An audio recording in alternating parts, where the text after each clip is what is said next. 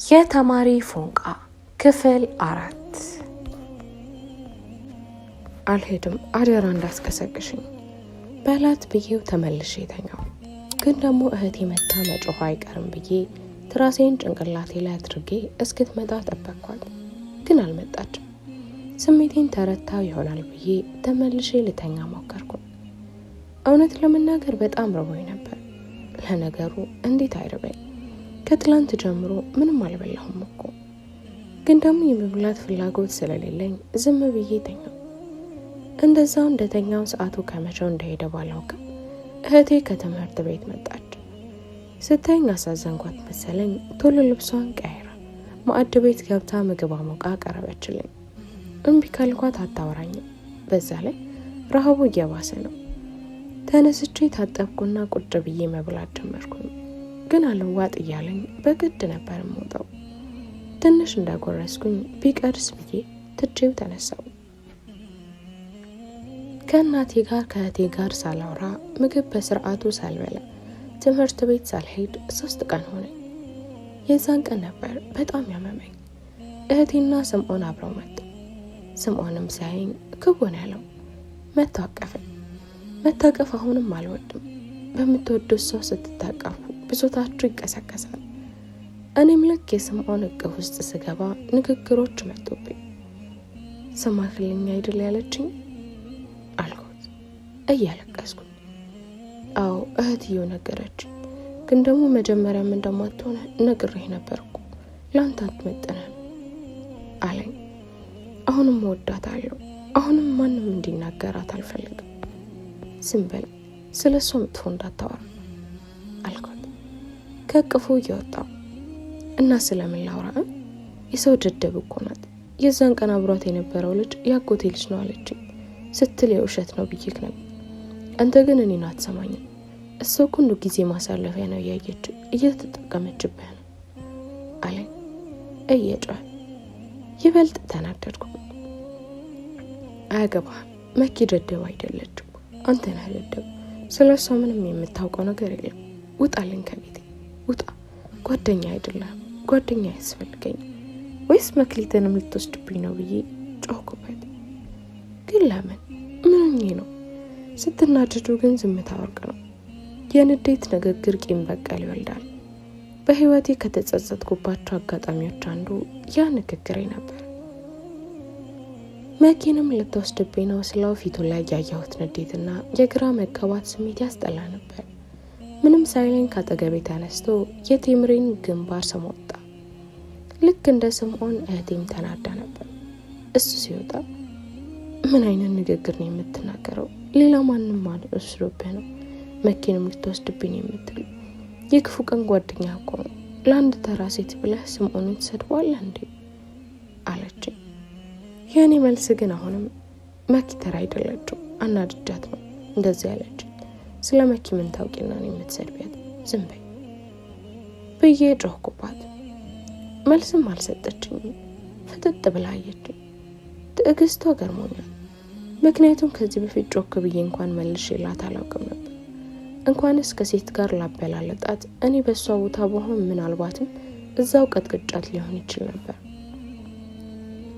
እህቴ ግን ምንም ሳትናገረኝ ትታኝ ወደ ውጭ ወጣች። እልህ ተናነቀኝ። በጣም ነበር የከፋኝ። ከልቤ ስቅስቅ ብዬ አለቀስኩ። ማቆም አልቻልኩ። በጣም አለቀስኩ። ለራሴ አሞኝ ነበር ባሰብኝ። መቆም ራሱ ከበደኝ። እዛው በቆምኩበት ቁጭ አልኩ። እንባዬ እስኪያልቅ አለቀስኩ። እንደምንም ተነስቼ መኝታ ቤት ገብቼ ተኛሁ። ከዛን ሰዓት ጀምሮ እህቴ ከነጭራሹ እኔም ማውራት አቆመች። ማታ ላይ ምግብ በሳህን አድርጋ አምጥታ አስቀምጣ ወጣች። ቀና ብዬ አላየኋትም። ትንሽ ቆይታ ደግማ መታይታኝ ተመለሳ ሄደች። ምን እንደወሩ ባላቅም ትንሽ ቆይታ እናቴ መኝታ ቤቱን ከፍታ ገባች። ልትቆጣኝ መስሎኝ ነበር። እሷ ግን በተቃራኒ አባቴ ተነሳ እንጂ ምግብ ብላ፣ ትታመማለህ እኮ ብላ መታ ነካካችኝና ውይ በሞትኩት ግልሃል እኮ ልጄን፣ እኔ ልታመምልክ ተነሳ ብላ እግሯን ዘርግታ ተቀመጠችና ጭንቅላቴ እግሯ ላይ አድርጋ ተአምር ብላ ተጣራች። እህቴ ቶሎ ብላ መጣችና አቤት አለቻት። ቶሎ በይ በጨርቅ ውሃ ላይ አድርገሽ አምጪልኝ፣ ወንድምሽ እንደዚህ ታሞ ዝም ትያለሽ ብላ እህቴን ተቆጣቻት። እህቴም ቶሎ ይዛ መታ ለእናቴ ሰጠቻት። እናቴ እንዲቀዘቅዘኝ ብላ ግንባሬ ላይ አድርጋ ትንሽ ወገቤ ላይ አድርሳ ቁጭ እንድል አደረገችና ምግብ አጎረሰች። ከዛን ጸጉሬን እያሻሸች እንደ ሕፃን ልጅ አስተኛች። ጠዋት ስነሳ ነበር ራሴን ያወቅኩት። እናቴ እኔ እስክነቃ ጠብቃ ሆስፒታል ይዛኝ ሄደች። መርፌ ተወግቼ እየመጣን እያለ በሚያስጠላ ሁኔታ መክሊት ከልጁ ጋር እጅ ለእጅ ተያይዘው እየሄዱ አየኋቸው። ደህና ቀለል ብሎኝ የነበረው ሰዓት ሰውነቴ ተንሰፈሰፈ። መሄድ ከበደ። ፊቴ ቅይር እያለ ነበር። እናም እናቴ ስታይ ምን ነው ዳግም አለችኝ። ልጅቷ እሷ ናት ብላ ሄዳ የምታንቃት ነው መሰለኝ። እናም ድጋሜ እንዳትጠይቀኝ እየፈራው ጎሮሮዬን ጠራግጌ እንዳልሰማ ለመሆን ሞከርኩ። እንዳሰብኩት ነው። ድጋሜ ሳትጠይቀኝ ዝም አለችኝ። እንደምንም ቀስ እያለን ቢሆን እቤት ደረሰ። ቀኑ ሐሙስ ስለነበር እህቴ ትምህርት እንደሄደች ነበር የማውቀው። ለካ ጠዋት ከአስተማሪዋ ጋር ስልክ ደውላ ፍቃድ ጠይቃ ወደ ቤት ተመልሳለች። በነገራችን ላይ የግል ትምህርት ቤት ደስ የሚለኝ አስተማሪዎቹ ፒስ ናቸው። በነገራችን ላይ እህቴ አሁንም የግልን የምትማረው እንደነገርኳችሁ ጎበዝ ተማሪ ናትና አባቴ መንግስት ትምህርት ቤት ከገባች ትምህርቱን ችላ ትላለች ብሎ ነው የሚያስበው። እናም ቤት ስንገባ እህቴ ቤቱን ፏ አድርጋ ምግብ አቀራርባ ቡና እያፈላች ነበር። እናቴ በጣም ነው ደስ ያላት። ሌላ ቀን እህቴ ትምህርት እንዳትቀር አይፈቀድላት ነበር እና ግራ ገብቶኝ ምን ነው እናቴ ምንድነው ይሁላ ደስታ አልኳት። አይ ዳግሜ ጭንቀት ይዞኝ ነበር እኮ አለች። አሁንም አልገባኝም። እንዴ ለምንማ? ገና ገብቼ ምግብ እስክሰራ ይርበዋል፣ መብራት ጠፍቶ ይሆን ለህመሙ ጠጋኝ ምግብ ምንድነው የምሰራው እያልኩ እየተጨነኩ ነው የመጣሁት አለች። አቤት እናት፣ እሷ ካለች ሁሉም ይሞላል። እናም እህቴም እናቴ እንደዛ እንደምትጨነቅ እርግጠኛ እንደነበረች እየነገረቻት ተነስታ እጅ መታጠቢያ ውሃ ይዛ መጣች። እኔ ግን አሁንም እንዳኮረፈችኝ ነው። በስነ ስርዓት እያወራችኝ አይደለም። ሲጀመር ፊቷ ራሱ ተቀይሮብኛል።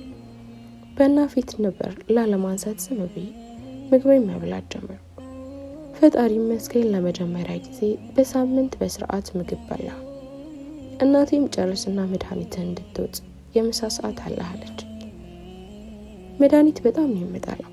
ሽሮፕ፣ ክኒን ምናምን የሚባሉትን ነገሮች አልወዳቸው። እንደ ማንኛውም ወጣት ታውቃላችሁ ፍቅር ውስጥ የገባው ሰዓት የምር ያደግኩ ነበር ይመስለኝ። ጉርምስናውን እየተላመድኩት ነበር። የዛኔ ግን እናቴን ላለማናደድ ብዬ መድኃኒቱን ወሰድኩትና ሶፋ ላይ ተኝቼ ሄቴ ቡና ሰጣች። ጠጥቼ ተኛው። ስነሳ መሽቶ ነበር። እናቴ እኔን ላለመቀስቀስ ብላ ብርድ ልብስ አልብሳኝ ገብታ ተኝታለች። ሰዓት ሳይ ገና 4 ሰዓት ነው። ቀኑ ሙሉ ስለተኛው ድጋሜ እንቅልፍ አልወስዳለኝ። ያለኝ አማራጭ ስልኬ ነበር። ገና መክፈቻ ቁልፉን ከፍተው የመኪን ዊስኮል አየሁት። ታምሜ መተኛቴ ረስቻለሁ። ልክ ላቭ የሚለውን ሳይ ከተኛውበት ተነስቼ ቆምኩ። ስለናፈቀችኝ ተሳስቼ ነው ብዬ አስቤ ስልኬን ዘግቼ ከፈትኩት። ግን አሁንም አለ። ይህን እኮ ልትሰድበኝም ልትናገረኝም ይሆናል የደወለችው። እኔን የተሰማኝ ግን ይቅርታ ልጠይቀኝ ነው። ድጋሚ አብረን እንሆን ልትለኝ ነው ወይስ ቅድም አይተኝ እንደ በፊቱ ምን ሆንክብኝ አባል ልትለኝ ነው ብዬ ራሴን አሳምኘው ነበር። ተስፋ ባይኖር ኖሮ የሚባል አባባል አይደል? ደስታው ልነግራችሁ አልችልም። ደውዬ ላወራት ፈለግኩኝ፣ ግን ሰዓቱን ሳየው አይደወል ነገር ሆኖ ስልኬ ላይ እያፈጠጥኩኝ ምን እንደማደርግ ግራ ገባኝ። አንዴ ነክቶ በደወልኩ እያልኩኝ አንዴ ስገላበት አንዴ ስልኬን ስነካ ምን ሰዓት እንቅልፍ እንደወሰደኝ ባላውቅም የማይነጋ ሌሊት የለ። ጠዋት እህቴ ኩሽና ስትንጎዳጎድ ከእንቅልፌ ቀሰቀሰኝ። ብርግግ ብዬ ተነስቼ ስልኬን አየሁት። 1 ሰዓት ከ7 ነው። አየር በደንብ ሰብስቤ ፊቴን እንኳን ሳልታጠብ ደወልኩላት። ይጠራል፣ አልተነሳም። ደግሜ ስደውል በመጀመሪያ ጥሪ አነሳችው። አቤት አለች። ደነገጥኩ። ማውራት ከበደኝ። እየተንተባተብኩኝ ሰላም መክሌት አልኳት። ያልተጎዳው ለመምሰል ሳቀች። ምን ነው አልኳት። መክሌት አልከኝ? እኔ እኮ እንደ ሌሎቹ አፍቃሪ ታለቃቅሳለህ ብዬ አስቤ ነበር።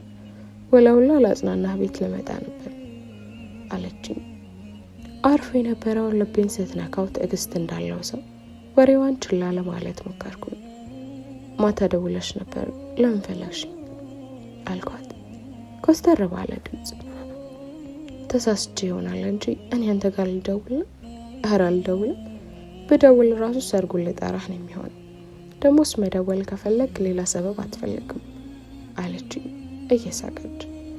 ያቺን ሰዓት ማን ሞራል እንደሆነኝ ባላውቅም ከልቤ ባይሆንም ሰበብ አያስፈልገኝም። ለሰርግሽ መጥራት አይጠበቅብሽም፣ ምክንያቱም አልመጣም። ባይሆን ለሚያገባሽ ፈጣሪ ነፍሱን ይማረው። ያው አቃጥለሽ ትደፊዋለሽ። ሲጀመር እኮ አንቺ ለኔ አትመጥብኝም። እበዛብሻለሁ። ጥቅመኛ ሴት ነሽ። እኔ ግፍ ስላለብኝ ነው ከአንቺ ፍቅር ይዞኝ የነበረው። በዛ ላይ ደግሞ እኔን መርሳት አይችልም። እኔን ያሰበ ይጎዳል ምናምን ትያለሽ። ራስሽን አታጃጅሽ። ከቻልሽ ሴት ሁኚ አልኳትና መልስ ሳልጠብቅ ስልኩን ዘጋሁትና ስልኬን ሶፋ ላይ ወረወርኩት። እንቤ እየመጣ ነው። በረጅሙ ተንፍሼ ቀና ስል እህቴ ቆማ በፈገግታ እያየችኝ ነበር።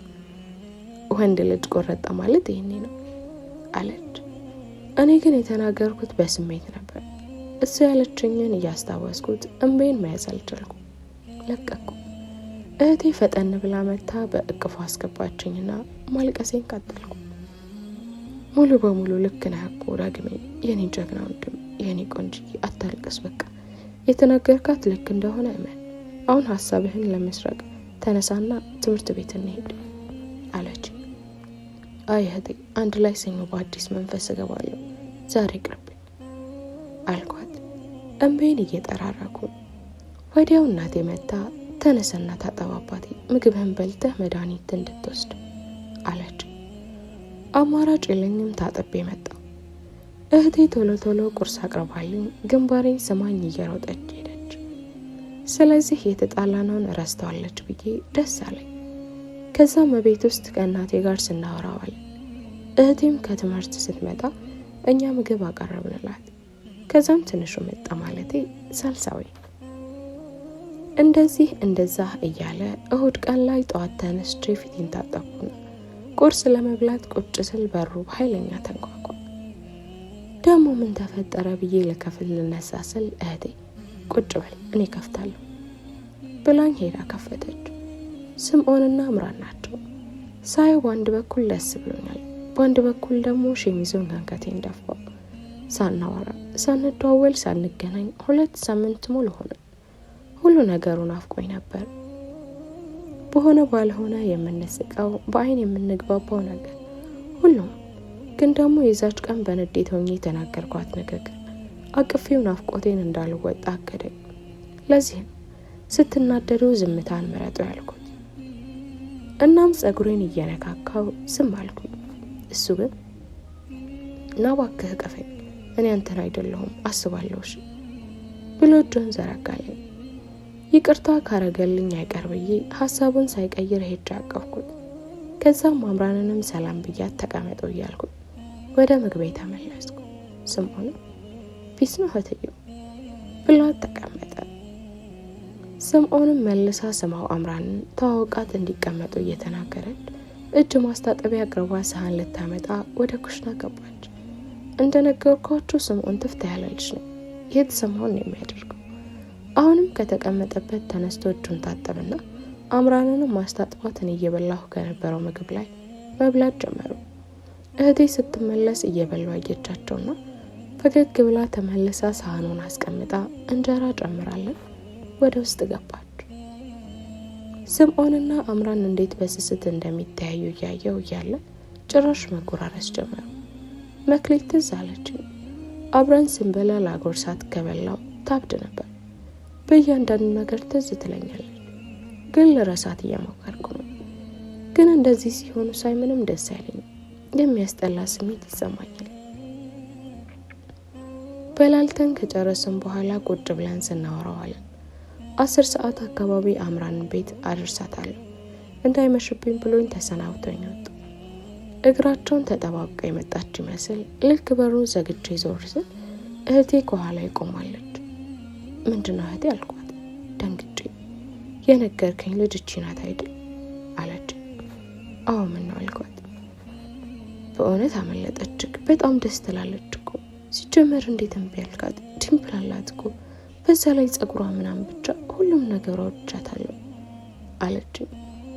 መጀመሪያም ደስ የማይል ስሜት ላይ ነበርኩኝ። እንዲህ ስትል ከራሴ ጋር ተጣላሁ። እውነቷን እኮ ነው። እሷን እሺ ብያት ቢሆን እኮ እዚህ ሁሉ ነገር ውስጥ ባልገባው ነበር።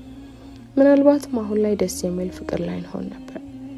ይሄኔ እኮ ከአምራን ጋር በሆን ኖሮ መክሊትን አልተዋወቃትም ነበር። እሷም ባላውቃት እንደዚህ ባልታመምኩ ነበር። እንደዚህ እናቴና ሁለተኛ እናቴ የሆነችው እህቴን ይህን ያህል ባላስጨነቅኩ ነበር። ከትምህርት ቤት ባልቀረው እንቅልፌን እያጣው ባላለቀስኩ ነበር። ብቻ ግን አልፏል። ግን ሳስበው በጣም እየቆጨኝ ነበር። በነጋታው በጠዋት ተነስቼ ሻወር ወስጄ እህቴ ሰራችውን ቁርስ በልቼ ወደ ትምህርት ቤት ለመሄድ ወጣው። ስምዖን ቆሞ እየጠበቀኝ ነበር። ምክንያቱም ባላውቅም ሳየው መክሊትና አምራን ትዝ ይሉኛል። ብቻ ከስምዖን ጋር እያወራን ሄድ። እረፍት ሰዓት ላይ ላወራው ፈልጌ ወደ ስምዖን ክፍል ስሄድ ከአምራን ጋር ተቃቅፈው ተኝተው እያወሩ ነበር። ልረብሻቸው ስላልፈለኩ ተመልሼ ወደ ክፍል ገብቼ ተኛሁ። ምሳ ሰዓት ሲደወል ሌሎቹ ጓደኞች መጥተው አወሩ። ድብርቴን አስለቀቁኝ። እስኪደወል ድረስ ስናወራ የቆየም ቢሆንም እንኳን የሀሳቤን ስምዖን ጋር ነበር። አሁን ይመጣል ብዬ ስጠብቀው ነበር። ቢያንስ አብረውን ቢሆን መጥተው ሊያወሩኝ ይገባ ነበር። ለካኔ በቀረሁበት 2 ሳምንት ውስጥ እነሱ አብረው መዋልን ስለለመዱ እኔን ረስተውኛል። ገና ካሁኑ ከእኔ እሷን አስበለጠ ብዬ ተናደድኩ። ወደ ቤት ሰዓት ድብር ብሎኝ ስወጣ በር ላይ ቆመው እየጠበቁኝ ነበር። ፊቴን አኮሳትሬም ቢሆን አማራጭ ስለሌለኝ ወደ እነሱ ሄድኩ። እነሱ ያወራሉ፣ እኔ አዳምጣለሁ። አንድ ቃል ሳላወራ ቤት ደረስ። ቻው ብያቸው ወደ ውስጥ ገባው። ቤት ስገባ እህቴ ቀድማኝ ደርሳ ነበርና ምሳ እየበላን ከእህቴ የምደብቀው ነገር ስለሌለ ሁሉንም ነገር ነገርኳት። በጥሞና አዳመጠችኝ። እህቴ አልኳት ትንሽ ዝም ብዬ። ወይ ዳግም ለምንድነው እንደዚህ የሚሰማኝ? ለምንድነው የስምዖንና አምራን አንድ ላይ መሆን መጥፎ ስሜትን የሚጭርብኝ አልኳት። ምንም በማታውቀው እህቴን ሳጨናነቃት እኔ እንደማስበው ግን ጥሩ አይደለም አለች።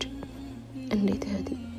ቅናት እኮ ምልክት ነው። ማለቴ በሁለት መልኩ መረዳት ይቻላል። አንድም መክሊትን ስለጠላሃት ሁለቱንም ማጣትህ እንደ ሽንፈት ቆጥረህ ይሆናል። በሌላ በኩል ደግሞ አፍቅራሃት ሊሆን ይችላል። ይህኛው እንዳልሆነ ተስፋ አድርጋለሁ አለች። ይበልጥ ግራ ገባኝ። በቀጣዩ ቀን ከትላንቱ ጋር ተመሳሳይ ውሎ ይመጣ። አባቴን ቤት አገኘሁት። የፊልድ ስራው በየጊዜው ስለሆነ የምንገናኘው ከስንት ቀን አንዴ ነው እና ማቅፎኝ ስለነበር አቀፍኩ። በነገራችን ላይ ባለፉት ቀናት አባቴ ቤት ሆኖ ቢሆን ኖሮ ሌላ መጥፎ ነገሮች ይፈጠሩ ነበር። ብቻ ግን ከአባቴ ጋር እያወራን ቡና እየጠጣን እያለ አባቴ ጉሮሮን ጠራርጎ ምን አዲስ ነገር አለ አለኝ። ምክንያቱም ባላውቅም ሁሉንም ነገር አውቆ ሊያፋጥጠኝ መስሎ ተሰማኝና በድንጋጤ ምንም አልኩትና ለማስቀየስ ሞከርኩ። እንደፈራሁትም እናቴ ነግራው ነበር መሰለኝ። ወሬውን መለሰው። ከልብ አውጣት አለኝ ፈገግ ብሎ። ከውን ያልኩት ማለት እኔ ጠበቅኩት ሲሰማ በጣም እንደሚቆጣ ነበር። መልስ አልሰጠሁትም። እያሰብክ የነበረውና አሁንም ዝም ሲል ይበልጥ ፈራሁ። ቀና ብዬ እናቴና እህቴን በየተራ አየኋቸው። ሁለቱም እያዩ ነበር። ከዛን ስልኬን አንስቼ ለእህቴ ለምን ነገራችሁት ብዬ መልእክት ላኩላት። እሷም አየችውና እየሳቀች አየች። ከዛም ምንም ሳትመልስልኝ ስልኳን አስቀመጠችው። ሊቆጣኝ ቢሆን እህቴ አትስቅም ብዬ ተጽናናሁ። አባቴ ዝምቴ ገብቶታል መሰለኝ። እሱም ደግሞ አልጠየቀኝም። ወሬ ቀይረን ሁላችንም የጋራ እያወራን ቡናችንን ጠጣንና ምግባችንን በላልተኝ መኝታ ቤታችን ገባን። አባቴ ስለመጣ ሳልሰውኛ ጋር ነበር የሚተኛው። እናም መሀል መተኛት ስለማይወድ እህቴ መሀል ተስተካክለን ተኛን። እህቴ ማን የነገረው ደግሞ ለምን ነገራችሁት አልኳት። እባክህ ከመጀመሪያ ጀምሮ ያውቅ ነበር፣ ለእኛ ራሱ እሱ ነው የነገረን። በጣም ብዙ ጊዜ አብራችሁ ስትሄዱና ስትጋብዛትም አይቷል አለች። አላመንኳትም ነበር፣ ምክንያቱም ፊልድ እንደሆነና ቤት መጥቶ እንደማያውቅ ነው የማውቀው። ስለዚህ አትዋሽ አልኳት። ከእውነት የምሬን ነው፣ ብዙ ጊዜ ደርሶ መልስ መጥቶ ያውቃል። አንተ ግን ጠዋት ወጥተህ ማታ መምጣትህን ስላዘወተርክ ልታውቅ አትችልም አለች። እንዴ እሺ እንዴት ዝም አለኝ? ማለቴ እንዴት ሆኖ ነው እያወቀ ሳይመታኝ የቀረው አልኳት። በግርምት ክትክት ብላ ሳቀችብኝ። ሳልሳዊም እየሰማን ስለነበር አብሯት ሳቀና ይህን ያህል ነው እንዴ የምትፈራው አለኝ። ከዛን ትንሽ አውራንና ተኛን። በነጋታውም እንደተለመደው ቁርስ በልቼ ወደ ትምህርት ቤት ለመሄድ ወጣ። ዛሬ ስምዖን የለም። እስከ 2:10 ድረስ ጠበቅኩት፣ አልመጣም። አማራጭ ስለሌለኝ እየሮጥኩኝ ወደ ትምህርት ቤት ሄድኩ። አርፋጅ ለይዞ ሲሉ ደረስኩኝና ወደ ክፍል ለመግባት ፎቁን ስወጣ ከአምራን ጋር ሆኖ አሱ ዴስክ ላይ ተኝቶ እሷ ደግሞ ስምዖን ላይ ተኝተው እያወሩ ከልባቸው ይስቃሉ። በጣም ነበር የተናደድኩት። ወደ ሌሎቹ ጓደኞቼ ሄድኩኝና ጥሉኝ መጥቶ የማያውቀውን ለሴት ብሎ ጥሉኝ እንደመጣ በእልህ ውስጥ ነገርኳቸው። እየነገርኳቸው እያለ አስተማሪው መጥቶ ወደ ክፍል ስንገባ እየነገረን ተከትሎን ገባ። ከዛም እየተብሰለሰልኩኝ ቢሆን ክፍለ ጊዜው አልቆ እረፍት ተደወለ። አሁንም እየጠበቅነው ነበር። ጭራሽ ረስቶናል። ክፍል ልምጣ አልምጣ አያውቅም። ደህና አልሆን አያውቅም። ምንም ያህል ብናደድም ምሳ ሰዓት ይመጣል ብለን ተስፋ አድርገን ነበር፣ ግን አልመጣም። የዛን ሰዓት ነው የኔና የስምዖን ጓደኝነት ያቆመው። ሳምንቱ ሙሉ ብቻዬን ነው ትምህርት ቤት የሄድኩት። ሁለቱም ረስተውናል። ደስ የሚለው ነገር እኔም መክሊትን ረሷት ባይባልም ለረሳት ትንሽ ነው የቀረኝ። ስልክ ደውዬላት አልቅሻ አላቅም። እንቅልፍ እየወሰደኝ ነው። ብቻ በአንድ በኩል ደስ ብሎኛል፣ በአንድ በኩል ግን ስምዖን በዚህ ልክ ይቀየርብኛል ብዬ ስላላሰብኩኝ በጣም ነው የከፋኝ። በዛ ላይ አብረው ሳያቸው ደስ ብሎኛል። አያውቅም። ሁሉም ግራ መጋባት ስሜት ላጠፋው እየሞከርኩ ነው። ከሌሎቹ ጓደኞቼ ጋር ሆነን ጊዜ እያሳለፍን ነው። የወንድ ብቻ ቡድን መስርተን በአንድ ላይ መንቀሳቀስ ጀመርን። የሆነ ቀን ላይ እንደ ሁሌው በጠዋት ተነስቼ ተጣጥቤ ጥርሴን በላሁኝና አባቴ ቤት ስለነበር እሱንም ተሰናብቼ ከቤት ወጣሁ። የብቸኝነት መንገዱን ስለተላመድኩት ቶሎ ነበር ትምህርት ቤት የሚደርሰው። መማራችንን ቀጥለን ምሳ ሰዓት ላይ አንድ ላይ አጅብ ብለን እየሄድን እያለ ትምህርት ቤት ውስጥ አባቴን አየሁት። በጣም ነበር የደነገጥኩት። ምን ተፈጠረ? ምን ሊነግረኝ ነው ብዬ እያሰብኩ እየሮጥኩ ወደ እሱ ሄጄ አባ ምን ነው ብዬ ፍጥጥ ብዬ አየሁት። ምን ነው ብሎ ጥያቄን በጥያቄ መለሰልኝ። እዚህ ምን ታደርጋለህ አልኩት መልሼ። መልቀቂያ ልወስዳለኝ። አልገባኝም ነበር። አሁንም በጥያቄ ፊት እያየሁት ነው። ምክንያቱም የምን አባቴ ከኔ ትምህርት ቤት ውስጥ የምን መልቀቂያ ሊወስድ ይችላል? እሱም እንዳልገባኝና ይበልጥ ግራ እንዳያጋባኝ ተረድቶ መሰለኝ በማደርገው ነገር ላይ ምንም አይነት ተቃርኖ አልፈልግም፣ መልስ እንዳሰጠኝ አለኝ። ምኑ ላይ? በምን ዙሪያ አልኩት። ትምህርት ቤት ትቀይራለህ፣ መልቀቂያህን ተቀብያለሁ። መጀመሪያም ከዛ ትምህርት ቤት እንድትወጣ እየነገርኩህ ነበር። አንተ ነህ ካልወጣሁ ብለህ የወጣኸው። ከዛ ስትወጣ ያጋጠመህንም አይተሃል አለኝ ኮስተር ብሎ። ምንም አያገናኘውም አባዬ ብዬ ሳልጨርስ ጣልቃ እንዳትገባ ብያለሁ ብሎ አስጠነቀቀኝ። አማራጭ ስለሌለኝ ዝም አልኩ። እውነት ለመናገር በአንድ በኩል ደስ ብሎኛል፣ ምክንያቱም ስምዖንና አምራንን የምርቅበት ብቸኛ መንገድ ነው። ግን ጓደኞቼስ? ብቸኝነቴን የሚያስረስስ ጓደኞቼ? እንዴት ነው ሌላ ጓደኛ የምፈጥረው?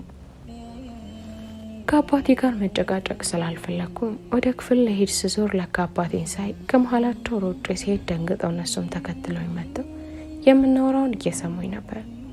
እናም ልክ ሳያቸው ሁሉም ተኮሳትረው አዩኝና የደበረው ፊት እያሳዩኝ ጥለውኝ ወደ ክፍል ሄዱ። እኔም ዞር ብዬ አባቴን አየሁትና ወደ ክፍል ሄድኩ። ስገባ ሁሉም ዝም ብለው ቁጭ ብለዋል። ላውራቸው ስሞክርም አላወራ አሉኝ። ወንበር ላይ ቁጭ እያልኩ ምን ላድርግ? እሺ አባቴ ካለ አለ ነው። ደግሞ ስለ አምራን ስምዖን ሰምቶ እሱን እያየ እንዳልደበር ብሎ ነው ለኔ ብሎ አልኳቸው። በማስተባበል ከመሃላቸው አቤላ ተነስቶ ተረቶኝ ዝም ብለውን ለማቆም በቃ ደግሞ እንረዳው ፈልጎት አይደለም ብሎ እኔን ደግፎ አወራልኝ። ከዛን ሁሉም እርስ በርስ ተያዩና ወደ እኔ መጥተው እንደ በፊቱ ክብ ሰርተን ተቀመጥን። ሁላችንም ደብሮ ነበር። ይደብራል ይሉኛል፣ ግን አማራጭ የለኝም። ብቻ ግን ምሳ ሰዓት ሙሉ ቁጭ ብለን በመቆዘም አሳለፍ ነው። እናም ወደ ቤት ሰዓት ላይ ስንወጣ በር ላይ ቆምን። ከመሃላችን ብሩኬ በቀዘቀዘ ድምጽ ነገና እንዳትቀርና ስንብት እናደርጋለን፣ ፈታ እንላለን በቃ ላይ ድጋሚ ድብርት ውስጥ እንዳንገባ ብዬ ቶሎ ሁሉንም ተሰናብቼ ብቻዬን ወደ ቤት ሄድኩ። በመንገዴ ላይ ደጋግሜ ሳስብ የነበረው ምን እንደሆነ ታውቃላችሁ? ስምዖን።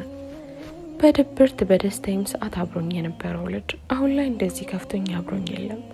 ሰው በዚህ ልክ ይቀየራል ነው ያልኩት። በጣም ነው የገረመኝ። ምክንያቱም ከጓደኞቼ ሁሉ አስበልጬ የምወደውና የማምነው እሱን ነበር። ግን ምንም ማድረግ ይቻላል። ነገሮችን እያሰላሰልኩ ቤት ደረስኩኝና እንደገባው ማንንም ሳላወራ ቀጥታ መኝታ ቤት ገብቼ ልጣልኩ። ትንሽ ቆይታ እህቴ መጣችና ወንድሜ ካስከፋው ይቅርታ አድርግልኝ፣ እኔ በየቀኑ ስምዖንና አምራንን አንድ ላይ እያየህ ከምትውል ብዬ አስቤ ነው፣ እሺ ይቅርታ አለችኝ በሚያሳዝን ድምጽ። ለምን እንደዚህ እንዳደረገች ሲገባኝ ማይክሮፎን ትቼ ቅፍ አድርጌ ሳምኳት። እናም የተሰማኝን ነገርኳት። ከዛም በስምዖን እንዳዘነችበት እንደነገረችኝ ግንባሬን ስማኝ ልብስ ልቀይርና ወደ ሳሎን መጥተክ እንዴት ዋላችሁ ብለህ ተጣጥበህ ቁጭ በል ብላኝ ወጣች። እኔ ጊዜ ሳላባክን ተነስቼ እንዳለችኝ አደረኩ። እንዴት ዋላችሁ ስል ግን እናቴም አባቴም በግርምት ተያዩ።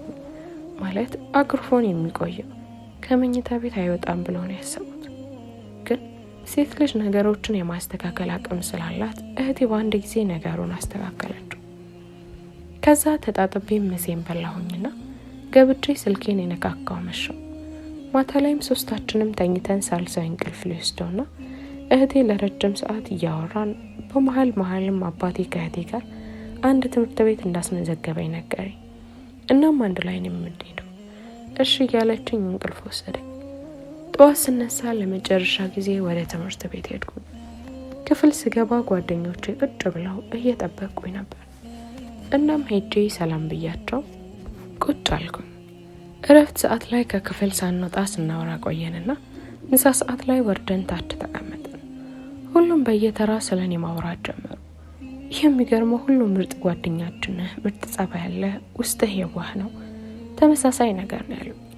የማላውቀውን ነገር ስለነገረኝ ደስ ብሎኛል። ምክንያቱም እኔ ያን ያህል ስለራሴ አላውቅም ነበር። በነገራችን ላይ አንድ ጥያቄ ልጠይቃችሁ መልሱልኝ እስኪ። በህይወታችሁ የምትወዱት 3 ሰው ጥሩ እስኪ። በእርግጠኝነት ሁላችሁም እናቴ፣ አባቴ፣ እህቴ፣ ወንድሜ ወይም ጓደኛ፣ የፍቅር አካል ነው የምንለው። ግን ለኔ የሚለውን አልጠቀስ ነው። ይህ ስለ ራሳችሁ ራስ ወዳድ ሆን እያልኩ ሳይሆን ራሳችንን መውደድ መቻል አለብን። እኛ ራሳችንን ካልወደድን ሌላ ሰው እንዲወደን መጠበቅ የለብንም ባይ ነኝ። እኔም የዛን ቀን ነበር ራሴን የወደድኩትና ለራሴ ክብር የሰጠሁት።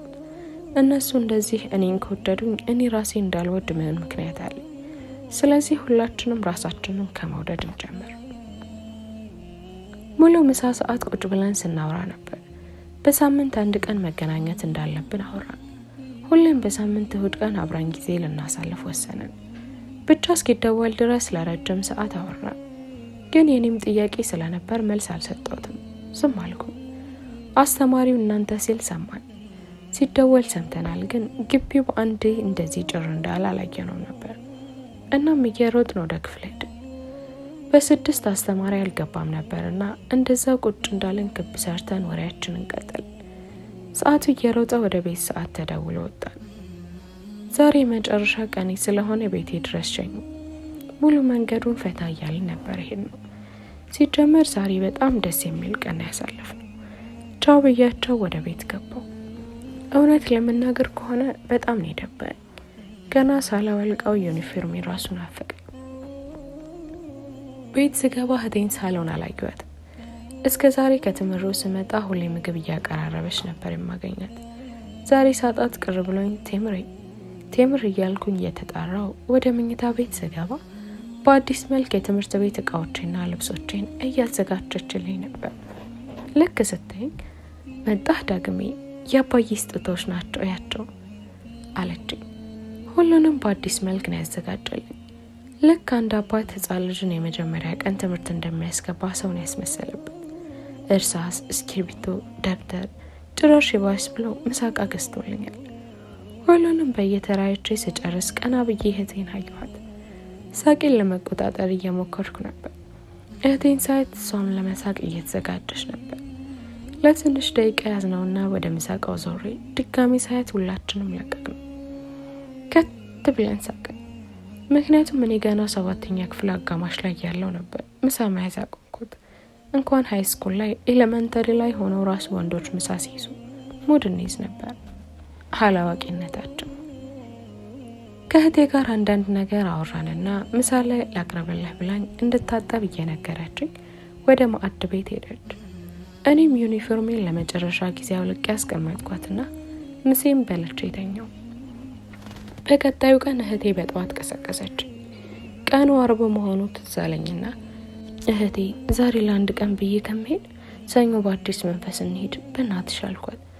እሺ ዳግሜ ተኛ በቃ፣ ስትነሳ ምግብ አቅርበህ ብላ፣ እማዬ ከትንሹ ጋር ሄዳለች አለችኝና ግንባሬን ስማኝ ወደ ራሷ ስራ ገባች። ከዛ እኔም ተመለሼ ተኛው። በጣም እንቅልፋም እያሆንኩ ነው። ስነቃ ሰዓት በጣም ሄዶ ነበር። ከብብዬ ስነሳ ቤት እንደገባች ባላቅም እናቴ ቤቱን ፏ አድርጋ ቡና እያፈላች ነበር። ደንግጬ ስለነበር እንዴም አልኳት፣ ወይ ዳግሜ ተነሳ እንዴ በል ታጠብና ነው፣ እስካሁን እኮ ቁርስ አልበላህም፣ አንተን እየጠበቅኩ ቁርስም አልበላሁ አለችኝ። እኔም ፈጠን ብዬ ተጣጥቤ መጣሁኝና ምሳችንን በላን። ከዛም እናቴ ቡና ወደ ማፍላት ገባችና ቁጭ ስትል በሩ ተንኳኳ። ክፍል 5 ይቀጥላል። ላይክ፣ ሼር፣ ሰብስክራይብ በማድረግ ቤተሰብ ይሁኑ።